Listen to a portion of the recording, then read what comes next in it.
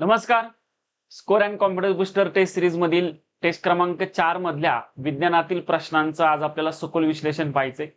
तत्पूर्वी जे विद्यार्थी नवीन असतील त्यांनी सुरुवातीचे टेस्ट क्रमांक 1, 2, 3 यातला जो विज्ञानचा भाग आहे ते व्यवस्थित पाहून घ्या. टेस्ट क्रमांक 1 आणि 2 फिजिक्स आधारित आहे.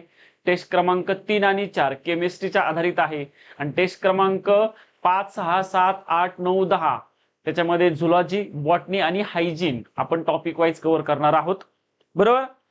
आजच्या सेशन मध्ये आपल्याला टेस्ट क्रमांक 4 मधील केमिस्ट्रीचा जो काही भाग आहे त्याच्यातील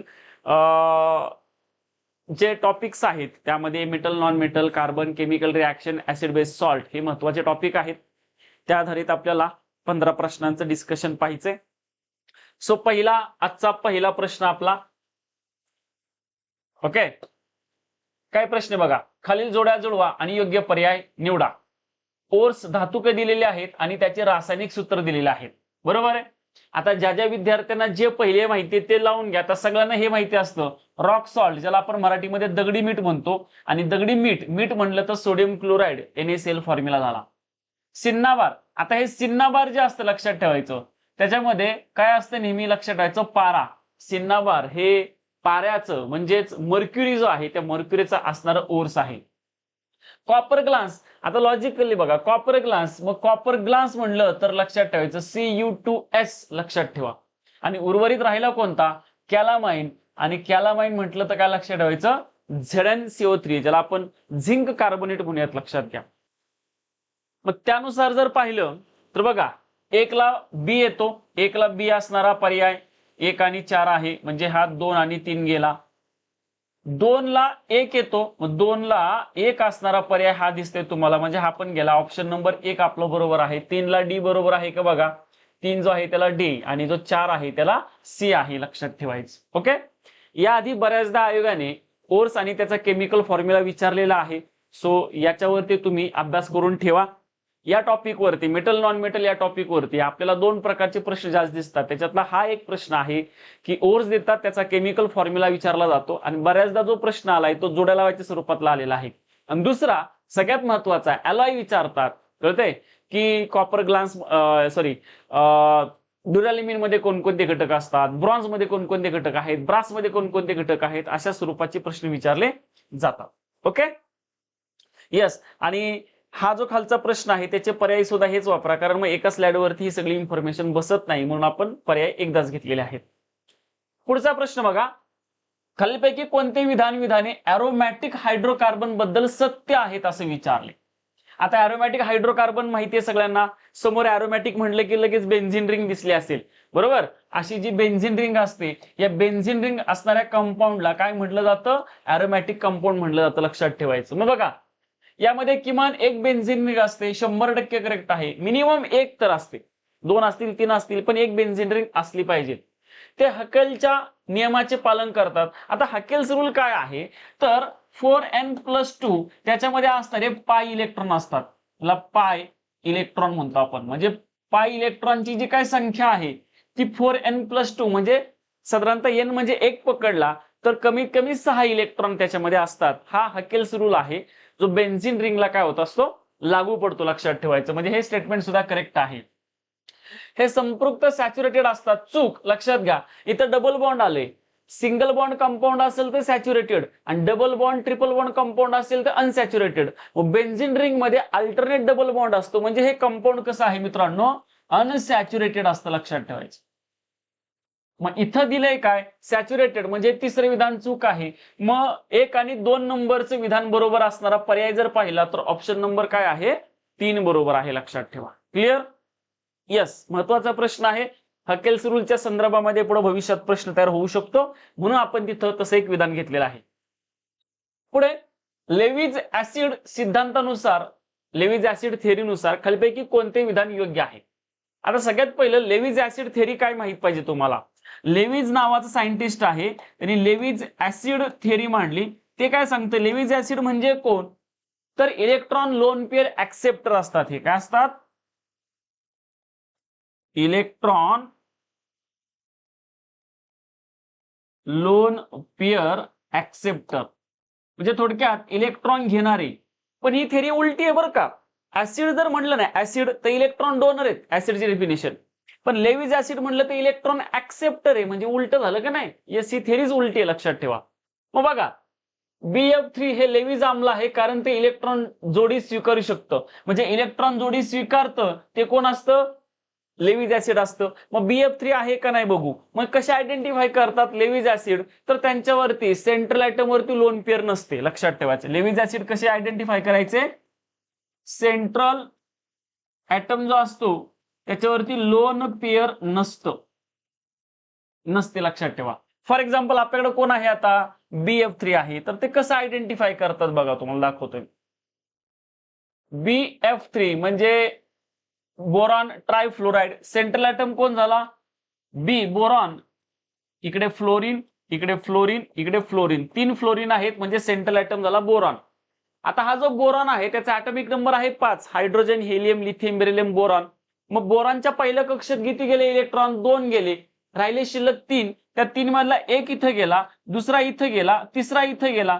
आता शिल्लक इलेक्ट्रॉन राहिलेच नाहीत, जे काय होते ते सगळे शेअरिंग मध्ये गेले. मग शेअरिंग सोडून जर इलेक्ट्रॉन शिल्लक राहत असतील तर त्याला म्हणतात लोन पेअर.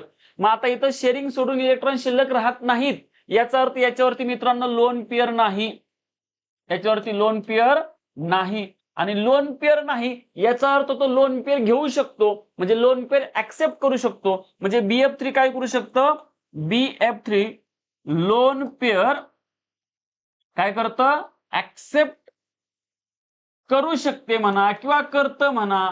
म्हणजे लोन पेअर ऍक्सेप्ट करतं, सेंट्रल ऍटम वरती लोन पेअर नसते, जो इलेक्ट्रॉन लोन पेअर ऍक्सेप्टर आहे त्याला म्हणतात लेविज ऍसिड. याचा अर्थ आपल्याला पहिलंच विधान जे मिळालं ते योग्य मिळालं, लक्षात ठेवा. पुढे बघा, NH3 हे लेविज आम्ल आहे, हे चुकीचं आहे. आता बघा NH3 च्या बाबतीमध्ये जाऊ आपण. NH3 सेंट्रल ऍटम कोण झाला, नायट्रोजन, इकडे हायड्रोजन, इकडे हायड्रोजन, इकडे हायड्रोजन. नायट्रोजनचा ऍटॉमिक नंबर आहे 7.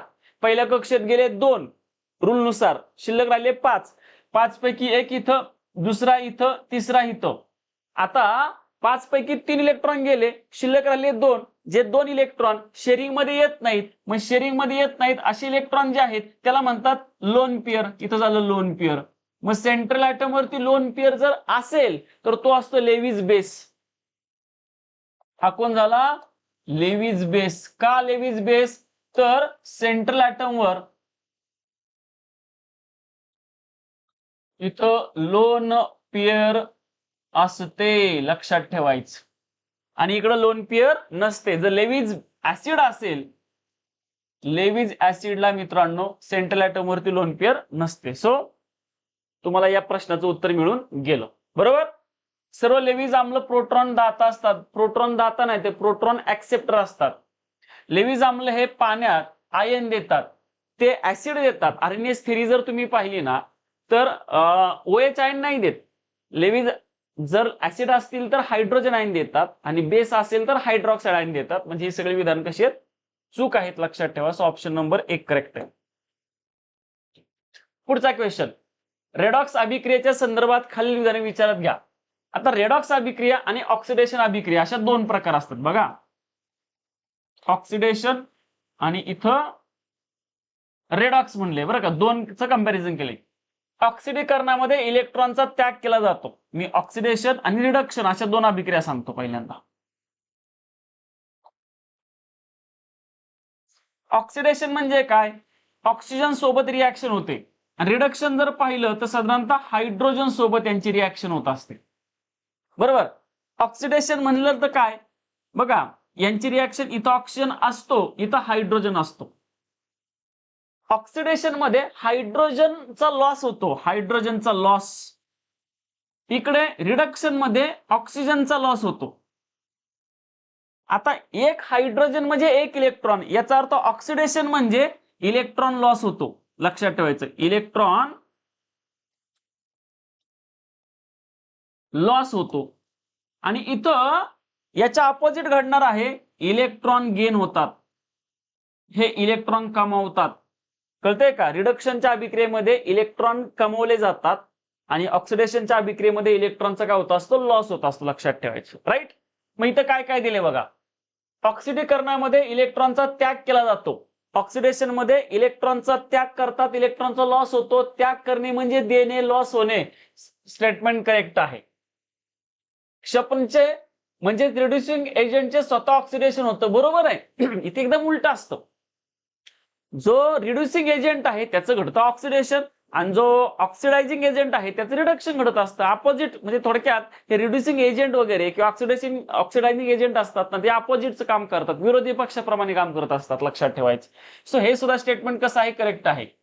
ऑक्सिडीकरणामध्ये हायड्रोजनचा स्वीकार होतो. आता ऑक्सिडीकरणामध्ये हायड्रोजनचा स्वीकार होतो का? नाही, तर हायड्रोजनचा काय होतोय, लॉस होतो. म्हणजे हे विधान चुकीचं आहे. सो 1 आणि 2 बरोबर असणारी विधान जर पाहिलं तर ऑप्शन नंबर किती आहे मित्रांनो, 2 आहे, लक्षात ठेवा. कळलंय का? यस.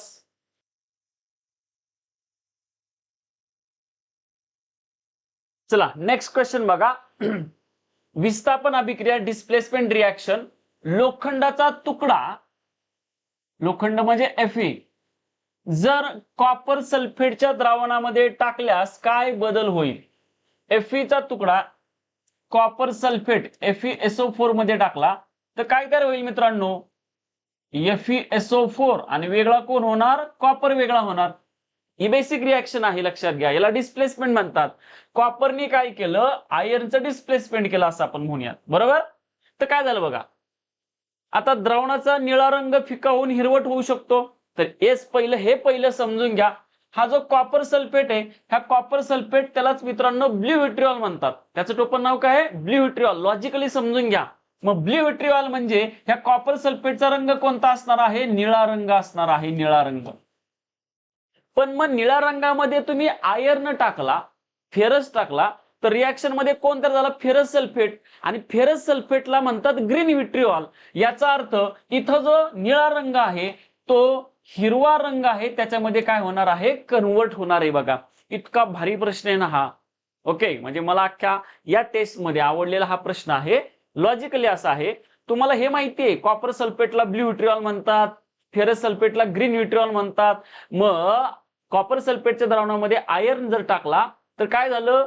ह्या आयर्नने म्हणजे ह्या Fe कॉपरला डिस्प्लेस केलं आणि कोण तर झाला? FeSO4. मग निळ्या रंगाचं जे द्रावण आहे ते हिरव्या रंगामध्ये कन्वर्ट झालं. मग आता उत्तर आपलं तेच आलं बघा. द्रावणाचा निळा रंग फिका होऊन तो कसा होतो? हिरवट होतो. याचा अर्थ ऑप्शन नंबर काय? 1, लक्षात ठेवा. कारण उत्तरामध्ये काय तयार झाले? कोणतं द्रावण तयार झाले? Ferrous sulphate.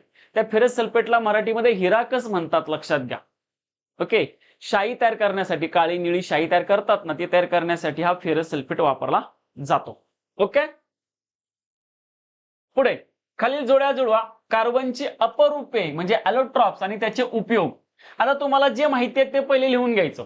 आता हे सगळ्यांना माहिती आहे, डायमंडचा वापर काच कापण्यासाठी, ज्वेलरी तयार करण्यासाठी करतात. तर काच कापण्यासाठी आपण डायमंड पहिला घेतला, कारण काचेपेक्षा तो हार्ड असतो. 2, कोळसा जर पाहिलं तर कोळशाचा वापर बऱ्याच जणांना माहित नसतं. कोळशाचा वापर पाणी शुद्धीकरणामध्ये, पाणी शुद्धीकरण करण्यासाठी जे फिल्टर पेपर वापरतात ना, ते फिल्टर पेपर तयार करण्यासाठी कोळशाचा वापर करतात, लक्षात ठेवायचं. ओके, देन बघा, म्हणजे तुम्हाला डायमंडला डी म्हणजे 4ला डी आला पाहिजे. 4ला डी असणारे 2च पर्याय आहेत, म्हणजे हे तर गेले. ओके, त्यानंतर बघा जे माहिती आहे ते इकडून टाकायचे. ग्राफाइट आणि फुलेरिन्स. आता ग्राफाइट आणि फुलेरिन्स मध्ये जर आपण गेलो तर ग्राफाइट आणि फुलेरिन्स पैकी कोणाचा वापर वंगण लुब्रिकेशन मध्ये करतात? तर प्रामुख्याने लक्षात ठेवा, ग्राफाइट आहे ना, ग्राफाइट, या ग्राफाइट पासून शीस पेन्सिलचं लीड किंवा वंगण लुब्रिकेशनचं जे साहित्य आहे ते तयार करण्यासाठी त्याचा वापर करतात. मग राहिला काय? फुलेरिन्स. त्याचा वापर प्रामुख्याने नॅनो टेक्नॉलॉजी मध्ये वापर केला जातो, औषध निर्मितीमध्ये त्याचा वापर केला जातो. सो ऑप्शन काय आला आपला? 1ला बी असणारा पर्याय क्रमांक किती आहे? 1, लक्षात ठेवा. क्लिअर झालं? यस. चला नेक्स्ट क्वेश्चन बघा. जर रासायनिक अभिक्रियेचे तापमान 10 डिग्री सेल्सिअसने वाढवले तर अभिक्रियेच्या दरावरती काय परिणाम होईल? सगळ्यात पहिली गोष्ट लक्षात ठेवा, रासायनिक अभिक्रियेच्या वेगावरती परिणाम करणारा घटक कोणता आहे? तापमान. जर तापमान वाढवलं तर अभिक्रियेचा वेग सुद्धा काय होत असतो? अभिक्रिया वेग सुद्धा वाढत असतो. अभिक्रिया वेग काय होतो? वाढतो. मग आता वाढतो पर्याय तर असला पाहिजे. दर निम्म्याने कमी होतो हा तर चुकला, दरात कोणताही बदल होत नाही हा पण चुकला, मग दर 10 पटीने वाढतो, दर साधारणपणे दुपटीने वाढतो, मग याच्यातला जास्त बरोबर कोणता आहे, तर दर साधारणतः काय होतो दुपटीने वाढत असतो, लक्षात ठेवायचं. क्लिअर? सो काय उत्तर आलं याचं? ऑप्शन नंबर काय 2. म्हणजे 10 पटीने वाढतो असं नाही, 10 डिग्री असं अजिबात नाही की 1 डिग्री सेल्सिअसने तापमान वाढले की अभिक्रियेचा वेग हा 1 पटीने वाढतो असं नाहीये, लक्षात ठेवा. ओके, सो काय लक्षात ठेवायचं, साधारणतः 10 की जे काही अभिक्रियेचा वेग आहे तो वाढणार एवढं निश्चित झालं. म्हणजे इथं 2 ठिकाणी वाढ होते पण इथं अगदी 10 पटीने वाढ होतं असं म्हटले, त्याच्यामुळे ते उत्तर चुकीचे निघेल. ऑप्शन नंबर 2 याच्यातलं बरोबर आहे. इथं काय म्हणले, द रेट रफली डबल्स, म्हणजे साधारणपणे दुप्पट होतो, लक्षात घ्या. जो आहे त्याच्यापेक्षा निश्चित थोडासा वाढतो. पुढे पांढरा फॉस्फरस, व्हाईट फॉस्फरस कशामध्ये साठवून ठेवतात? आता फॉस्फरस जर पाहिला तर त्याचे 2 ॲलोट्रॉप्स आहेत, अपरूप आहेत. एक आहे रेड फॉस्फरस, दुसरा आहे मित्रांनो येलो फॉस्फरस. कळतंय का? असे 2 प्रकारचे ॲलोट्रॉप्स आहेत. त्याच्यातला जो येलो फॉस्फरस आहे ना, हा जरा टॉक्सिक असतो, विषारी असतो, लक्षात ठेवायचं. याला स्टोअर करताना आहे ना तर पाण्यामध्ये स्टोअर केलं जातं, लक्षात ठेवायचं. हा जो आहे हा नॉन टॉक्सिक आहे, म्हणजे हा बिनविषारी आहे. जो आपल्या घरातली जी माचीस असते ना, माचीस मॅच बॉक्स, हा दिसतोय का मॅच बॉक्स, त्या मॅच बॉक्सचा हा जो कलर दिसतो ना, हा कलर दिसेल बघा तुम्हाला, याच्यात रेड फॉस्फरस वापरतात, लक्षात ठेवायचं. याला वास आहे का? वास वगैरे नसतो, लक्षात ठेवायला. ओके, सो येलो फॉस्फरस म्हटलं तर तो कशामध्ये साठवतात? पाण्यामध्ये. रॉकेलमध्ये कोण साठवतात माहितीये का तुम्हाला? सोडियम. कोण? सोडियम. सोडियम हा धातू हवेत जर उघडा ठेवला ना तर तो पेट घेतो. कळतंय का? हवेत उघडा ठेवला तर तो पेट घेतो. हवेतच काय, पाण्यात सुद्धा टाकलं तरी तो पेट घेतो. कारण जेव्हा जेव्हा सोडियमचा संपर्क ऑक्सिजन सोबत येतो तेव्हा तो पेट घेतो. काय होतो? पेटतो, लक्षात ठेवायचा. मग हवेमध्ये पण ऑक्सिजन आहे, पाण्यामध्ये पण ऑक्सिजन आहे, म्हणून सोडियम हवेच्या पाण्याच्या संपर्कामध्ये आला तो पेटतो. मग उलट झालंय, म्हणजे ज्याच्यामुळं जो आग लावतो त्याच्यात आग लागू नये म्हणून स्टोअर करतात. म्हणजे थोडक्यात ते असा डायलॉग नाही का की मर्डर केल्यावरती सगळ्यात सेफ जागा कोणती? पोलीस स्टेशन, असं आपण ऐकलेलं असतं. अगदी तसं झालंय. जो आग लावतो तो आग लागू नये म्हणून त्याच्यात स्टोअर करतात. याच्या मागचं कारण काय माहितीये का? रॉकेल हा कोणता पदार्थ? हायड्रोकार्बन, ज्याच्यामध्ये हायड्रोजन आणि कार्बन असतो. मग आता सोडियमचा जर सोडियमला आपण रॉकेलमध्ये साठवला तर तो त्याचा संपर्क ऑक्सिजन सोबत येत नाही, आणि ऑक्सिजन सोबत जर नाही आला तर तो पेट घेणार नाही. म्हणून सोडियमला रॉकेलमध्ये, तर व्हाईट फॉस्फरस जो आहे त्याला पाण्यामध्ये स्टोअर केला जातो, लक्षात ठेवायचं. ओके, नेक्स्ट क्वेश्चन बघा. उत्प्रेरक म्हणजे कॅटलिस्ट अभिक्रियेच्या दरामध्ये वाढ कशी करतो? तर लक्षात घ्या, सक्रिय ऊर्जा वाढवून, सक्रिय ऊर्जा कमी करून, अभिक्रियेचे तापमान वाढवून, उत्पादिताचे प्रमाण वाढवून. आत्ताच बघितलं आपण, अभिक्रियेचं तापमान वाढलं की अभिक्रियेचा वेग वाढतो, पण ते तापमानाचा परिणाम आहे, तो कॅटलिस्टचा नाही. म्हणून लक्षात घ्या, हे स्टेटमेंट जरी करेक्ट असलं तरी सुद्धा ते काय आपल्या प्रश्नाचं उत्तर नाही. उत्पादिताचं प्रमाण वाढवून याचा काही संबंध येत नाही. आता याच्यावरती राज्य सेवेला आयोगाने क्वेश्चन विचारलाय की कॅटलिस्ट जो असतो ना तो ऍक्टिव्हेशन एनर्जी कमी करतो आणि अभिक्रियेचा वेग वाढवतो. लक्षात ठेवायचं, काय करतो? ऍक्टिव्हेशन एनर्जी कमी करतो. म्हणजे नक्की मी तुम्हाला असं एक सांगितलं होतं उदाहरण की हा एक सामान्य माणूस आहे आणि ह्या सामान्य माणसाचं काम कोणाकडे आहे? आमदाराकडे आहे. पण मधी कोण असतो? पीए. कोण असतो? पीए. लक्षात घ्या, मग हा सामान्य माणूस ह्या पीएला जास्त वेळ भेटला, त्याच्यापाशी जास्त वेळ त्याचा वेळ गेला तर त्याचं जे मूळ काम आहे त्याच्याकडे जायला वेळ लागेल आणि ते मूळ काम आहे ते त्याची तीव्रता कमी होईल. ओके, मग ही अभिक्रिया घडत असताना हे मध्य उत्पादन आहे, मिडलचं प्रोडक्ट आहे. हे मध्य उत्पादनाशिवाय पुढे अंतिम उत्पादन तयार होत नाही, लक्षात ठेवा. मग अशा ठिकाणी काय केलं जातं, तर हा जो मिडलचा प्रोडक्ट आहे तो लवकर तयार झाला पाहिजे, त्याच्यासाठी एनर्जी काय करायची? कमी वापरायची. मग मिडलचा प्रोडक्ट मध्य उत्पादन तयार करण्यासाठी वापरत एनर्जी ऊर्जा आहे, त्या ऊर्जेला म्हणतात मित्रांनो ऍक्टिव्हेशन एनर्जी, सक्रिय ऊर्जा. कळतंय का? ऍक्टिव्हेशन काय? एनर्जी. मग ही एनर्जी पाशी वापरायची का आमदारापाशी वापरायची? आमदारापाशी वापरायची. मग इथं काय करायचं? ऍक्टिव्हेशन एनर्जी कमी करायची. मग ऍक्टिव्हेशन एनर्जी कमी केली म्हणजे इथं खर्च कमी करायचा, इथं वेळ कमी द्यायचा, जेणेकरून तुमचं काम इथं वेगाने फास्ट होईल. म्हणजे पीएला लवकर मॅनेज करायचा आणि आमदारापाशी पोहोचायचं ना आपलं काम करून घ्यायचं. अगदी असं लक्षात ठेवा. तर ऍक्टिव्हेशन एनर्जी कमी करणं हे या कॅटलिस्टचं मुख्य काम असतं, तो त्याचा रोल आहे. लक्षात घ्या. ऑप्शन नंबर 2 हे त्याचं उत्तर. पुढे फेरस सल्फेट FeSO4 7H2O ला उष्णता दिल्यास कोणत्या वायूचे उत्सर्जन होते, असा इथं प्रश्न आपल्याला विचारलाय. बरोबर. आता हा जो क्वेश्चन आहे तो लक्षात घ्या. हा FeSO4 आहे फेरस सल्फेट आणि त्याच्यातला हा वॉटर मॉलिक्यूल आहे 7H2O. याला जर तुम्ही हीट केलं तर SO2 आणि SO3 हे दोनही काय तयार होणार आहेत? तर प्रोडक्ट तयार होणार आहेत. सो सल्फर डायऑक्साइड पण असणार आहे आणि SO3 पण असणार आहे. म्हणजे ऑप्शन नंबर काय 3 हे त्याचं उत्तर आहे. लक्षात घ्या. SO2 पण तयार होत असतो आणि SO3 पण होत असतो. लक्षात ठेवायचं. इथं जे मॉलिक्युल्स आहेत त्यांची संख्या काय होत असते? वाढत असते. लक्षात ठेवायचं. जनरल क्वेश्चन म्हणजे माहिती असावा एवढाच बस. असा काही तो बऱ्याचशा विद्यार्थ्यांना हा जमणार नाहीये. अमालगम. अमालगम म्हणजे काय? असं संमिश्र असतं, असं अलॉय आहे की ज्याच्यामध्ये पारा असतो. लक्षात ठेवायचं. काय असतं? असे संमिश्र ज्याला आपण मिश्रण म्हणतो, ज्यामध्ये पारा मर्क्युरी असते.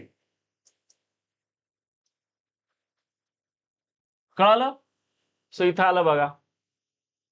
पारा अमालगम म्हटलं की मर्क्युरी लक्षात ठेवायचं. ठीक आहे. ह्या अमालगमचा वापर प्रामुख्याने आरसा निर्मितीमध्ये करतात. उपयोग जर पाहिला,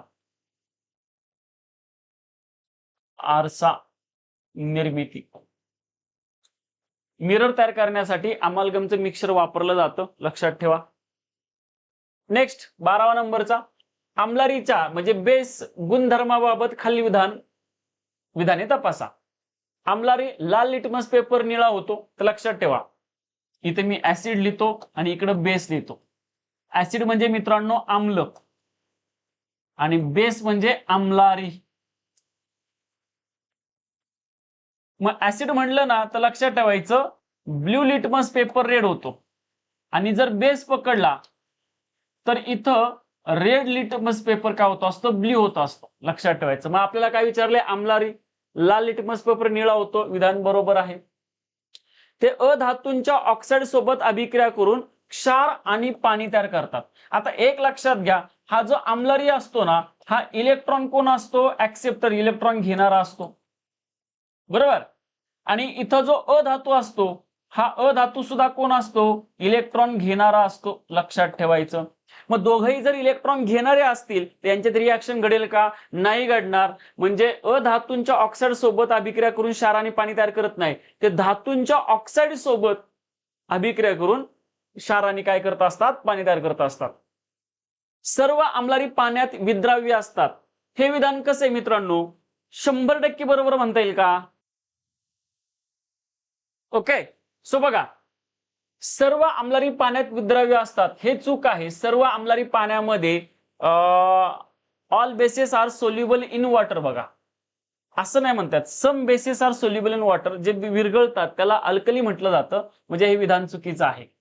आता थोडस जर येथे आपण गेलो ना, अधातूंच्या ऑक्साईड्स अभिक्रिया करून क्षार आणि पाणी तयार करतात का?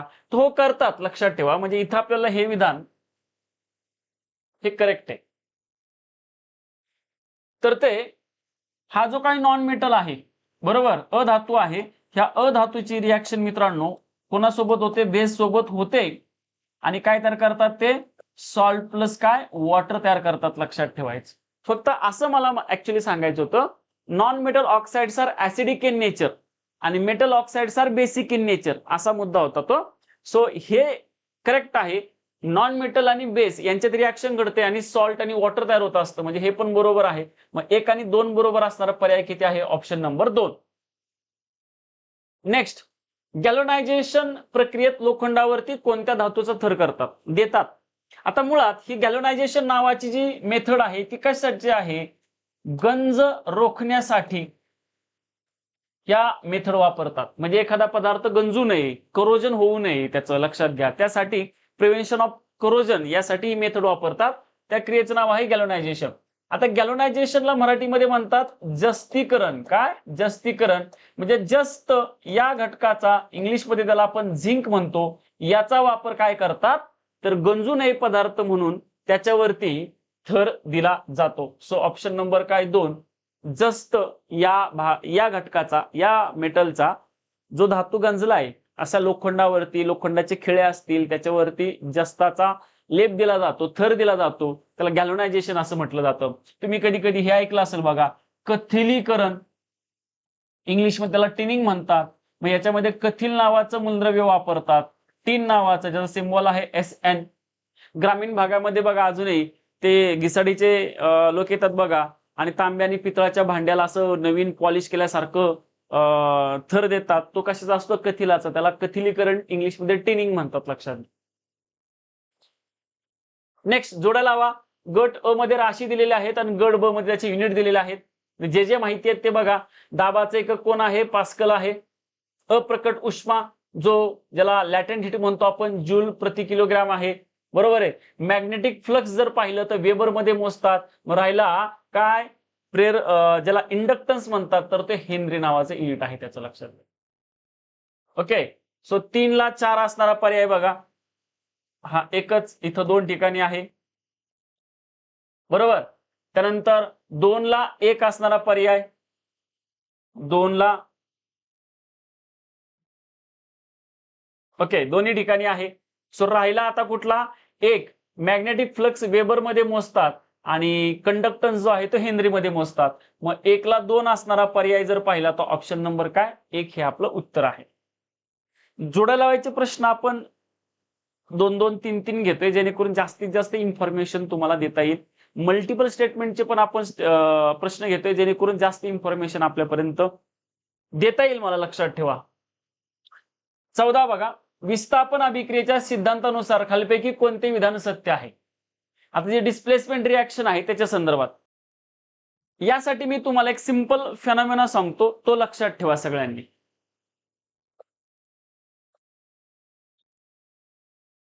एका बेंच वरती ए आणि बी विद्यार्थी बसलेत, दोघं मित्र आहेत. आणि थोड्या वेळाने सी नावाचा विद्यार्थी वर्गात आला. आता ए चा मित्र बी आहे आणि सी चा पण मित्र बी आहे, म्हणजे बी हा कॉमन फ्रेंड आहे. हा उशीर आलेला विद्यार्थी आहे ना, हा एकदम आघाव, पैशावाला, वर्गात मस्ती करणारा, मारणारा असा आहे. लक्षात घ्या. तो उशिरा आला आणि ए ला काय म्हटला, उठ तिथून मला बसायचे. आधी ए आणि बी एका बेंचवरती बसले होते. सी आला आणि तो काय म्हटला, उठ तिथला मला बसायचे. ए काय म्हणेल, मी जागा पकडली. पण सी कसा आहे त्याला माहिती आहे. सी म्हणला, मार खायचाय का तुला? तर ए काय म्हणला, बस बस बाबा तू आहे नाही. म्हणजे काय केलं, हे जे मूलद्रव्य आहे हे शक्तिशाली आहे आणि हे कमकुवत आहे. कळतंय का? मग जास्त शक्तिशाली मूलद्रव्य कमी शक्तिशाली मूलद्रव्याला जागा बदलायला भाग पडतं. अशा प्रकारच्या अभिक्रियेला मित्रांनो काय म्हणतात? Displacement reaction. बघा, ह्या ए ची जागा सी ने घेतली, त्याला म्हणतात विस्थापन अभिक्रिया. आता शक्तिशाली शब्द वापरायच्या ऐवजी आपण वापरूयात अभिक्रियाशीलता. जास्त अभिक्रियाशील मूलद्रव्य कमी अभिक्रियाशील मूलद्रव्याला जागा बदलायला भाग पडतं. मोर रिएक्टिव्ह एलिमेंट्स लेस रिएक्टिव्ह एलिमेंट्सला काय करतं? डिस्प्लेस करतं. अशा अभिक्रियेला काय म्हटलं जातं? डिस्प्लेसमेंट रिएक्शन म्हटलं जातं. लक्षात ठेवायचं. कळतंय? कमी क्रियाशील धातू जास्त क्रियाशील धातूला त्याच्या द्रावणातून विस्थापित करतो. चुकीचं आहे. कमी क्रियाशील नाही, जास्त क्रियाशील धातू कमी क्रियाशील धातूला त्याच्या द्रावणातून काय करतो? विस्थापित करतो. म्हणजे ऑप्शन नंबर काय 2 हे त्याचं उत्तर बरोबर आहे. लक्षात घ्या. इथे म्हटलं 2 धातू आपापल्या आयनांची अदलाबदल करून नवीन संयुग तयार करतात. ते होतं, पण मूळ विस्थापन अभिक्रिया ही आहे. लक्षात घ्या. शेवटचा प्रश्न बघा. हायड्रोजन पेरॉक्साइड H2O2 विघटन होणे ही कोणत्या प्रकारची अभिक्रिया आहे? हायड्रोजन पेरॉक्साइड माहितीये का तुम्हाला? ते काही जण बघा तुम्ही केसांना असं कलर लावल्यासारखं दिसतं, हायड्रोजन पेरॉक्साइड असतं. किंवा जखम झाल्यावरती आपल्या जखमेमध्ये जर काही माती वगैरे गेली असेल त्याच्यावरती आपण हायड्रोजन पेरॉक्साईड टाकतो आणि त्या जखमेतून असा फेस येतो आणि ती माती वगैरे घाण जर असेल काय जखमेतून तर ती बाहेर येते. ती घाण बाहेर काढण्यासाठी हायड्रोजन पेरॉक्साईडचा वापर केला जातो. मग आता हा जो हायड्रोजन पेरॉक्साईड आहे ना, हा काय होत असतो तर हा हळूहळू त्याचं विघटन होत असतं. बघा H2O2 याचं जे विघटन आहे हे मंद स्वरूपात होतं. सो याचं उत्तरच काय येणार आहे, स्लो रिॲक्शन. सो मंद अभिक्रिया म्हणजे अशी अभिक्रिया जी पूर्ण होण्यासाठी जास्त वेळ लागतो, जी अभिक्रिया हळूहळू घडते, ज्या अभिक्रियेचा कालावधी जास्त असतो, अशा प्रकारचं हायड्रोजन पेरॉक्साईडचं काय होत असतं, विघटन होत असतं. लक्षात ठेवायचं. बरोबर. येस. अशा प्रकारे मित्रांनो केमिस्ट्रीतील जो भाग दुसरा होता तो आपण पूर्ण केलेला आहे टेस्ट क्रमांक 4 मध्ये. आणि तुमच्यासाठी एक महत्वाची सूचना आहे की येणाऱ्या 23 मे 2026 रोजी 3 वाजता आपली 2026 साठी कंबाईन ग्रुप बी आणि ग्रुप सी साठी पूर्व परीक्षेला वन डे रिव्हिजन बॅच होत आहे. लक्षात घ्या. आणि ती बॅच आपल्या स्मार्ट विजन ऍप वरती आहे. ती ही बॅचची लिंक आहे. ही तुमच्यापर्यंत हा पेपर असेल तर त्या लिंक वरती जा. तिथं तुम्ही लिंकला ओपन करा, तुम्हाला डायरेक्ट त्या बॅच पाशी घेऊन जाईल. त्या बॅचची फी सुद्धा मिनिमम ठेवलेली आहे. लक्षात घ्या. ओके. कंबाईन ग्रुप बी असेल आणि सी असेल त्यासाठीची ही 2026 साठीची असणारी लाईव्ह बॅच असणार आहे. लक्षात घ्या. ओके. जेणेकरून तुम्हाला आतापर्यंत टॉपिक वाईज तुम्ही अभ्यास करताय आणि त्याचा तुम्हाला जास्त फायदा होईल. अजूनही काही विद्यार्थ्यांच्या मेन्सच्या परीक्षा चालू आहे त्याच्यामुळे थोडंसं पूर्व परीक्षेकडे काहींचं दुर्लक्ष आहे. पण ज्या विद्यार्थ्यांची मागची कोणतेही प्री निघालेले नाही अशा विद्यार्थ्यांनी निश्चितच त्याकडे आता फोकस करा. कारण आत्ताच्या येणारी जी प्री आहे ती आपली निश्चितच ग्रुप बी ग्रुप सी दोन्ही पण निघली पाहिजेत. आणि त्याच्यामध्ये विज्ञानाचा किती रोल आहे हे वेगळं सांगायची गरज तुम्हाला आता अजिबात नाही. बरोबर. सो थांबूयात आपण. Thank you so much. काही डाऊट्स असतील तर माझा नंबर आहे तुमच्याकडे, त्याच्यावरती व्हॉट्सअप करा, कॉल करा आणि जे काही शंका असेल ती तुम्ही क्लॅरिफाय करा. थांबूयात आपण. Thank you so much. धन्यवाद.